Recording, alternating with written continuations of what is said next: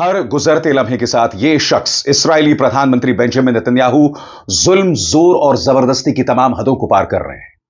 जिस तरह का अत्याचार फलस्तीनियों पर ढाया जा रहा है, वो तमाम हदों को पार कर रहा है। और हर जुल्म की दास्तान जो इस वक्त गजा से उभर कर आ रही है, यह शख्स यानी कि अमेरिकी राष्ट्रपति डोनाल्ड ट्रंप पूरी तरह से खामोश है। कायदे से उनकी खामोशी पर मुझे हैरत नहीं होनी चाहिए दोस्तों, मगर डोनाल्ड ट्रंप जो है वो तो गजा के पुनर्निर्माण की बात कर रहे थे ना। आज उनसे यह सवाल किया जाएगा कि जब गजा में लोग ही नहीं बचेंगे तो आप पुनर्निर्माण किसके लिए करेंगे। पिछले 24 घंटों में जुल्म, जोर और जबरदस्ती की तमाम हदों को इस शख्स यानी बेंजामिन नेतन्याहू ने पार कर दिए हैं।